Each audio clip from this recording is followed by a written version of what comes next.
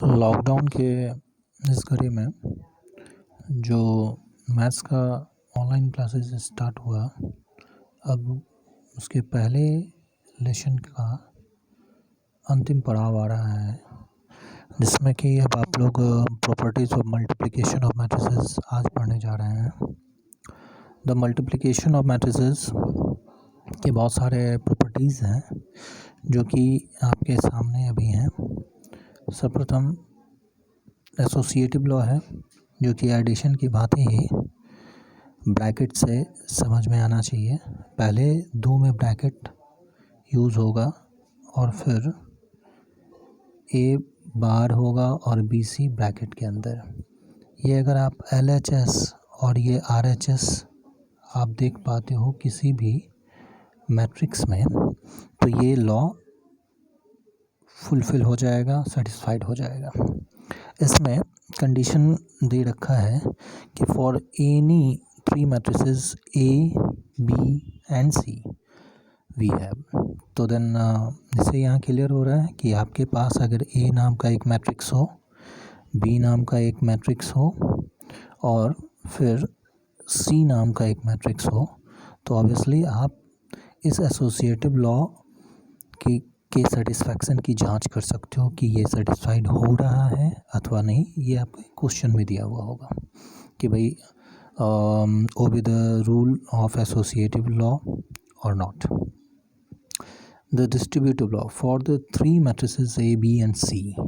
अब अगर कंडीशन में ये दे रहा है कि A आपका कोई एक मैट्रिक्स है, B भी गिवन है और C भी एक मैट्रिक्स है, तो ऐसे कंडीशन में आपको बताया जाएगा कि डिस्ट्रीब्यूटिव लॉ को चेक करो कि ये ओबे हो रहा है कि नहीं, ये रूल फॉलो हो रहा है कि नहीं। देन इसमें डिस्ट्रीब्यूटिव लॉ एक ऐसा लॉ है जो कि मल्टीप्लिकेशन के साथ ऐड भी रखता है, एडिशन भी रखता है। तो इसको देखने के लिए सबसे पहले तीन मैट्रिक्स होने चाहिए आपको, जो कि गिवन दिए रहेंगे आपके क्वेश्चन में। A होगा, B होगा और C होगा, एक मैट्रिक्स होगा। सारे के सारे कंटेन रखेंगे एक मैट्रिक्स को। और अगर यहाँ देखा जाए तो डिस्ट्रीब्यूटिव में कंडीशन बदलेंगे, ब्रैकेट्स बदलेंगे, बट मल्टीप्लिकेशन और एडिशन का काम चलता रहेगा। कैसे होगा? तो A ब्रैकेट में B प्लस C या फिर A प्लस B और ये C। इस वाले कंडीशन में ये AB प्लस AC देता है, जबकि इस वाले में AC प्लस BC देता है। सारे कंडीशन वैसे ही होंगे A, B और C, जहाँ की तीन मैट्रिसेस होगा।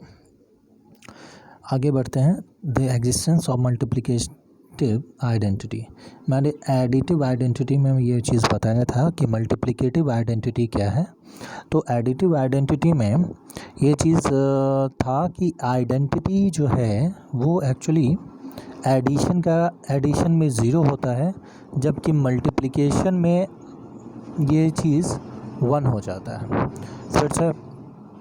फिर से मैं आपको बता दूं कि अगर एग्जिस्टेंस ऑफ मल्टीप्लिकेटिव आइडेंटिटी की बात होगी, तो मल्टीप्लिकेटिव आइडेंटिटी एक्चुअली ये IM जो होता है वो 1 होता है और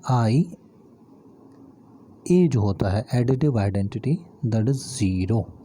तो देन ये मैट्रिसेस के लिए रूल है, फॉलो हो रहा है। एग्जिस्टेंस ऑफ मल्टीप्लिकेटिव आइडेंटिटी है, इसलिए जब कभी भी आइडेंटिटी, यहाँ आइडेंटिटी का मतलब आइडेंटिटी मैट्रिक्स है, तो अगर A आप देखते हो कि एक मैट्रिक्स है और इसमें दिए हुए जो कंडीशंस हैं वो इस तरह से हैं कि मैट्रिक्स गिवन क्वेश्चन में दिए हुए हैं और ये अगर 2 into 2 का होगा, तो ऑब्वियसली I जो आप लोगे वो भी 2 into 2 का ही लोगे और दोनों को आप मल्टीप्लाई कर सकते हो, इस तरह से कि मान लिया कि I एक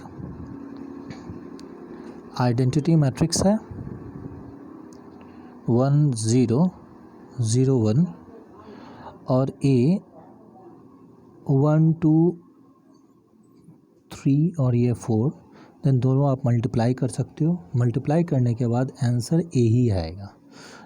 अगर ये फुलफ़िल हो जाता है, LHS और RHS बराबर हो जाते हैं, IA इक्वल टू ए आ जाता है, देन ये कंडीशन, ये जो प्रॉपर्टीज़ होगी वो भी सेटिस्फाइड हो जाएगी।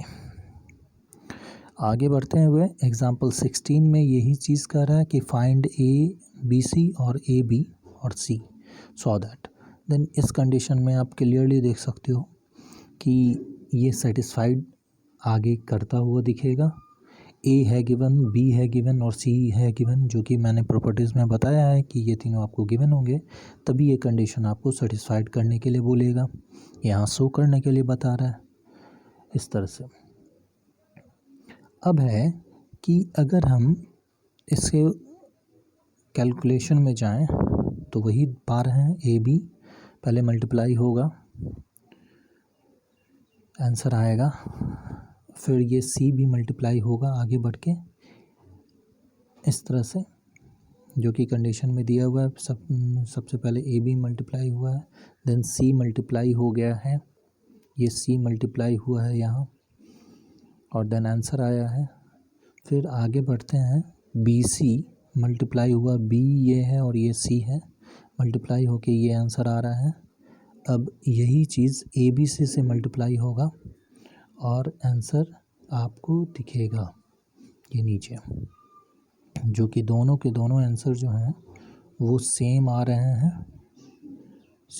हैं, देन ये कंडीशन आपका फुलफ़िल हो जाएगा। एग्जाम्पल 17 डिस्ट्रीब्यूटिव लॉ का पालन कर रहा है, सेम तरह के क्वेश्चंस हैं।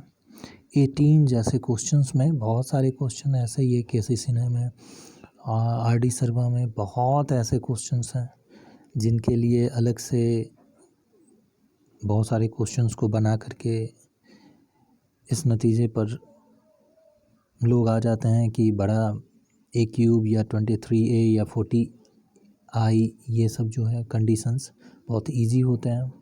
ये कितने भी सारे क्वेश्चंस बना लीजिए, कंसेप्ट वही होगा।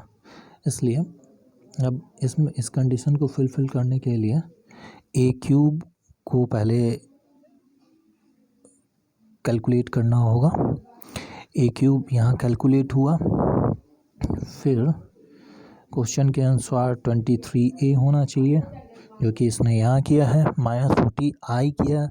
मैंने बोला था कि ये A के अनुसार जो भी क्वेश्चन में दिए गए हैं उसके अनुसार आप आइडेंटिटी को देखेंगे। मतलब A अगर 3x3 मैट्रिक्स का है तो I भी 3x3 मैट्रिक्स का ही रखना है, जो कि यहाँ पे आपका कंडीशन दिया हुआ है।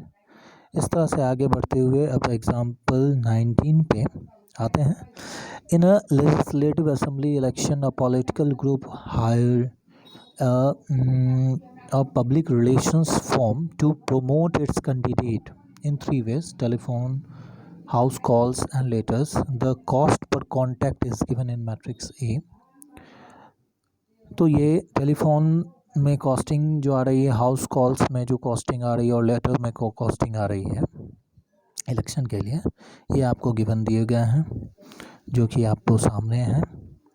A और B दो मैट्रिक्स हैं, X और Y 2 सिटीज़ है दिया हुआ, जिसके टोटल अमाउंट को आपको देखना है। तो अब इसलिए जब टोटल अमाउंट आप निकालोगे तो यहाँ टोटल अमाउंट का यहाँ मतलब ये बनता है कि आप नंबर ऑफ रोज़ और कॉलम को मल्टीप्लाई यहाँ कर रहे हो, और अगर ये टेलीफोन, हाउस और लेटर्स और XY के अलग अलग हैं तो यहाँ मल्टीप्लाई करना पड़ेगा, और कहीं कहीं मल्टीप्लाई और एडिशन का मैट्रिक्स के फॉर्म में देखने को आपको मिलेगा, जो कि आपको यहाँ दिखेगा। ये दोनों मल्टीप्लाई हुए हैं, B और A जो कि गिवन है आपको दिया हुआ, ये देख लेना है, और इस हिसाब से आप मल्टीप्लाई कर सकते हो बड़े ही अच्छे तरीके से। कोई रो और कॉलम को मैंने कहा था कल कि एक सेम 2 साल चलेंगे, एक सिम 1 साल चलेगा। जैसा आपका कंडीशन होगा उस हिसाब से आप मल्टीप्लाई कर सकते हो। मल्टीप्लिकेशन का वीडियो आपको पीछे मैंने दे रखा था, उस हिसाब से आप कंडीशन को देख सकते हो। धन्यवाद।